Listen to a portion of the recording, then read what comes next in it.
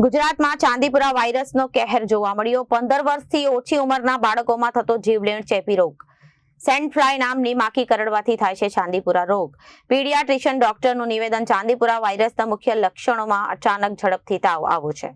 ગુજરાતમાં ચાંદીપુરા વાયરસનો કહેર જોવા મળ્યો। 15 વર્ષથી ઓછી ઉંમરના બાળકોમાં થતો જીવલેણ ચેપી રોગ સેન્ડ ફ્લાય નામની માખી કરડવાથી થાય છે ચાંદીપુરા રોગ।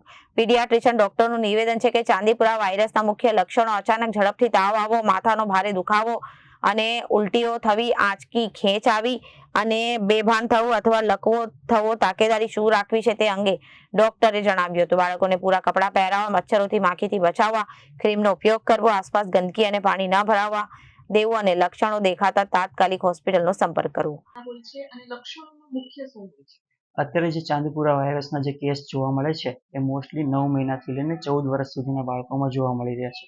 એમાં તો સૌથી વધારે તો આપણને સિમ્ટમ્સ કહીએ તો એમાં સૌથી વધારે તાવ છે, પછી વોમિટિંગ થવી, વીકનેસ આવવી, બાળક ઢીલું પડી જવું અને વધારે પડતા સિવિયર કેસમાં ખેંચ આવવી અને ARDS એટલે કે શ્વાસમાં તકલીફ પડવી અને વધારે પડતા કેસમાં, ગંભીર કેસમાં બાળક વેન્ટિલેટર પર પણ જવાની શક્યતા હોય છે।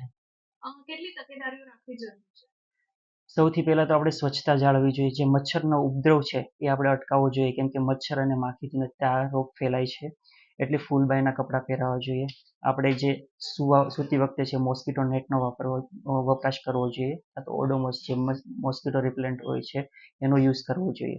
ખાસ કરીને સ્વચ્છતા જાળવીએ તો આમાં આપણે ખાસ એવી સફળતા મેળવી શકીએ એમ છે। અને